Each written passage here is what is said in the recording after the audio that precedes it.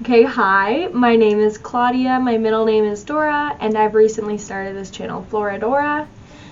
This is the second video in a series of 4 videos where I'm sorting my houseplants into Harry Potter houses. And today's house is Gryffindor, as you can tell by what I'm wearing. The colors are scarlet and gold, and I tried to do scarlet makeup. Also, just want to say thank you, Frances LaBianca, my little sister, for coming up with the sorting my houseplants into Hogwarts houses. I forgot to give her idea credit last time. So yeah, shouts out Frances for thinking of this brilliant idea.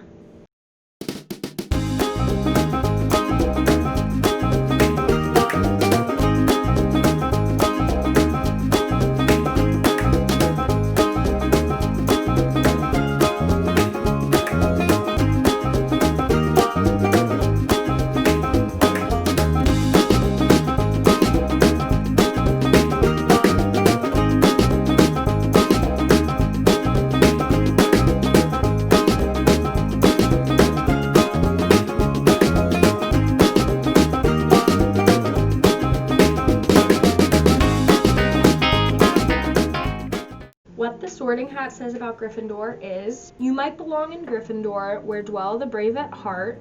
Their daring nerve and chivalry set Gryffindors apart. Basically, all the protagonists were in Gryffindor: Harry, Ron, Hermione, the whole Weasley family, all the Marauders. While Harry, Hermione, and Ron are at school, they're accompanied by the likes of Seamus Finnegan, Pavarti Patil, Lavender Brown, Dean Thomas, Dennis Creevy, Colin Creevy, rest in peace. Oh, Oliver Wood, that's his name. I always just call him Wood, and I forget his first name's Oliver. Head of the house at the time when Harry is attending is Minerva McGonagall. Their ghost is Sir Nicholas de Mimsy Porpington, or Nearly Headless Nick. They're scarlet and gold, represented by the element of fire. The characteristics that they value: courage, bravery, determination, daring, nerve, and chivalry. So those are the traits I'm going to be sorting 6 houseplants into Gryffindor today. First up, we'll do courage. So to me, this is the classic Gryffindor. I'm talking Harry. This is the star of the show. This is the chosen one. They attract attention whether or not they want it. They put themselves out there in a big way, and they get recognized for that, whether that's positive or negative attention. So courage is going to be represented by our Monstera Deliciosa. I have a few of them. This is my medium-sized one right now. So we have fenestrations, only single fenestrations so far. See, do we have any new growth coming in on you? Nothing right now. Here's my big one. Whoa. They're big, they're out there. When people think Gryffindor, they think Harry. When people think plant world, they think Monstera Deliciosa. They've got these classic shaped leaves. My Monstera Deliciosa, representing courage. He's a big boy. He's a big boy. Here's my smallest Monstera. But yeah, one day he'll be large and in charge like his brothers. Next up, we have daring. And the plant that represents daring is going to be Peperomia Hope. So this guy started as a few leaves in here. He is not by a window. I water him very sparingly because he's got these big moisture retaining leaves that are really thick and juicy. He's daring because he literally puts himself out there with no promise of any more light, but he still reaches and takes that risk. He is daring. He's nimble, he's quick, he's adventurous. This guy reminds me a bit of like a Neville Longbottom style of Gryffindor. You know, people underestimate him, but if you give him space to grow, he will take very little that you give him and make a lot from it, and he ends up being a very valuable member of the team. Okay, whoa, swinging that thing. Next up, we have determination. This is another plant that reminds me of just how scrappy Gryffindors can be. You give them an inch and they take a mile. Is that the expression? Perhaps not. So this plant I talked about in my most recent video. One of his leaves isn't doing that great, but this guy is anything if not determined. Literally, look, this guy's setting up about 9 new points of growth right now, and he is determined to make it. He was sent in the mail in pretty cold conditions, and so most of its leaves are not doing so good, the leaves that it came with, but it is determined to live. I'm really proud of this guy. Scrappy, but determined, and he'll make it work. Next up is bravery. This is another classic Gryffindor trait. People think of bravery when they think Gryffindor. And for bravery, I've picked my Crimson Queen Hoya. This is my Hoya carnosa variegata, or the Crimson Queen, because it has the white on the outside of the leaves rather than from the inside like the princess. Why this plant is brave to me is because it puts out these beautiful half moon leaves, knowing darn well that it can't photosynthesize using those white portions, and it has paid off. None of the white on this plant has turned brown and crinkled up, which is what will often happen with like very variegated leaves on a plant.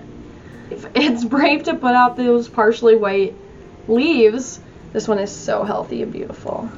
Yeah, knowing that these leaves can't really do much for it, and taking that risk. This plant isn't afraid to be vulnerable. This plant reminds me of Ginny Weasley.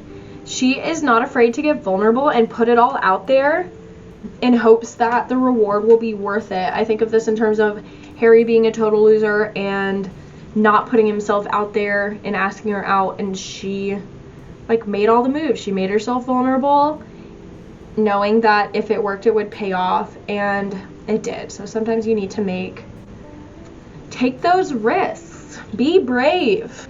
That reminds me actually of when Harry tells Slughorn, he's like, "Be brave, Professor. Be brave like my mother." And Lily Evans reminds me of Ginny Weasley for that same reason. She's brave, she's beautiful, she's smart, she's loved. Oh, I want to watch the 6 after this. Next up. The next trait up is nerve, and I picked my Photonia, otherwise known as my nerve plant. The veins in this plant are white and they look like nerves. At first I was like, well, it's the nerve plant, I have to make it nerve, but it actually really does make sense because this plant has the nerve. This plant makes me so mad. It's so dramatic. It will demand what it wants, and it gets it because it will die if I don't water it. But this plant absolutely just wilts to pieces, looks completely dead when I am like one day behind on watering it, and then I water it and it perks right back up. This plant reminds me of Ronald Weasley. The audacity.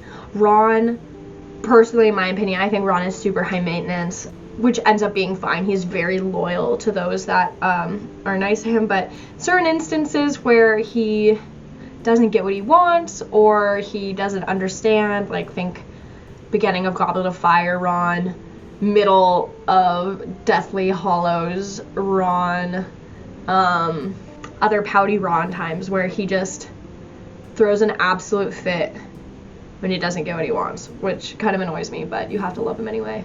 Last up, we have chivalry. Last trait is chivalry, and I chose my variegated Opuntia. Think of Sir Cadogan, and this guy is just constantly ready to go. He's constantly on not only defense, but offense. He's coming at you with swords out and guns ablazing, and he's not scared to stand up for what he thinks is right. I'm gonna poke my eye out if I don't put this guy down. Stand and fight your mangy cur. Cur sounds like I shouldn't say that. Okay, apparently cur means scoundrel, so hopefully won't get in trouble for saying that. But this guy would definitely hold open a door for your girl, so watch out. Thank you so much for watching.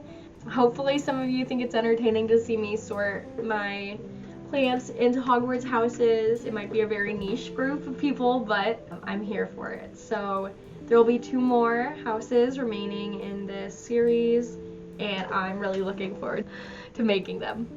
Thanks for watching, and subscribe if you want to my channel. Like this video if you want. Stand and fight your Mangiker. So chivalry actually came from the medieval knight system,